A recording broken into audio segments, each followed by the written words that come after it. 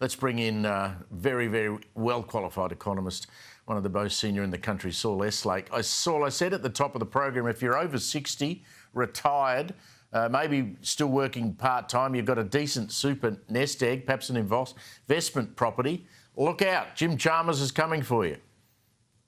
Well, certainly the round table appears to have given the government licence not to make any changes to any taxes before the next election, other than the three changes that they foreshadowed during the last election campaign, of which the most notorious is the proposed increase in tax on super balances of more than $3 million. The government will, I think, between now and the next election, be canvassing options to raise more tax from older and wealthier Australians in order to give it room to lower tax on younger and less well-off Australians.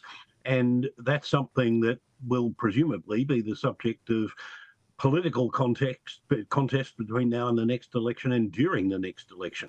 But, you know, Prime Minister Albanese, who is instinctively cautious, has explicitly ruled out this government doing in the current term anything other than the measures they announced that they would do before the last election. Well, that's right, except, I mean, Jim Chalmers came out and gave his wrap-up speech, talked about intergenerational gap. I'd like to get your explanation about what that might not be. But if the budget is in such a state that they need to get income from somewhere, I mean, Albanese will probably be convinced, won't he? I mean, the key quote for me, Saul, was when Chalmers said, well, any of these changes will be discussed by Cabinet. Doesn't that leave it open to a Cabinet decision to go, sorry, Albo, we're actually going to do this? Well, yes, of course. In theory, Cabinet can make any decision that a majority of Cabinet members are willing to make.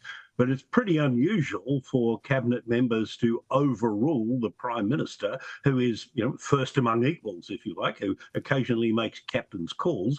It's pretty unusual for Cabinet to overrule the Prime Minister when he has been as explicit as Mr Albanese has been, that they're not going to make any tax changes in the current term other than the ones that they talked about before the most recent federal election. As I say, I think Jim Chalmers has got licence from this week's roundtable to talk about and maybe to argue the case for taking bigger tax reforms to the next election, you know, in much the same way as when John Howard was first elected in 1996, he said there'd never ever be a GST under his government. And then during his first term, he was persuaded that there should be one. But rather than introducing it in his first term, he went to the people arguing the case for one.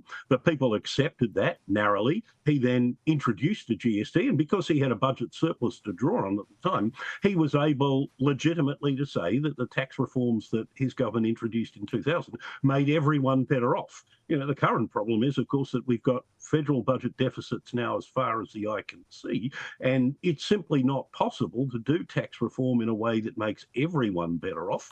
Some people are going to be worse off, and the government has to make political calculations as to who they're going to be. They're probably going to be people who are not natural Labor voters, or perhaps people, you know, such as in the ACT, who are always going to vote Labor no matter what the government of the day the government does.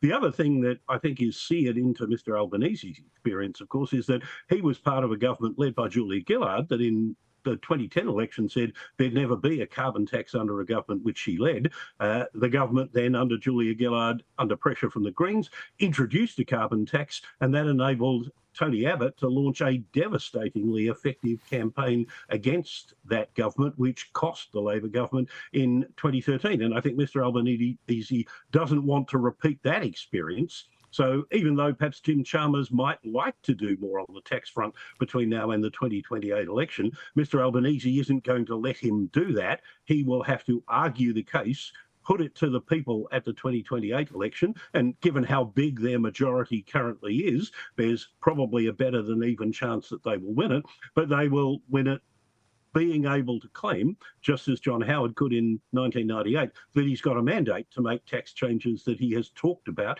in the lead up to that election. So when you step back and you bring all of your years of knowledge and look at the economy in general, How pessimistic are you about the shape it is in? Well, it's in better shape than it was a year or two ago. And the reason I say that is that inflation, which, less than 3 years ago was unacceptably high, peaking at 7.8%, even 18 months ago was still running at close to 4%, is now just about at the midpoint of the Reserve Bank's target band of 2.5%. We've done that with a very small increase in the unemployment rate of less than a percentage point. Our peers in Canada and New Zealand have brought inflation down, but at a much higher price in terms of unemployment rising by almost 2 percentage points over that period, and with even weaker economic growth than Australia has had during that period. If you look at past episodes of high inflation in the early 80s or the early 1990s, we got inflation down from over 10% per annum in both of those occasions, but at the price of pushing the unemployment rate above 10%. So, we're turning the corner. Growth is slow.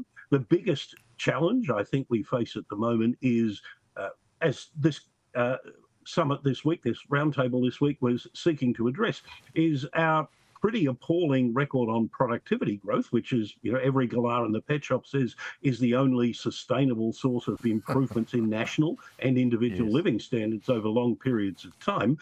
That's something that we need to be making some hard decisions about.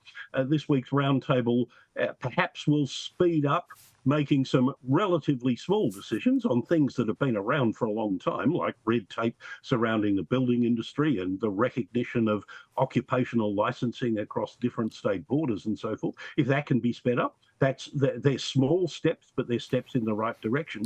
Bigger reforms are obviously going to have to wait until after the next election. Yeah, well, I like your glass half full attitude, Saul, always. Thank you very much for helping us out tonight.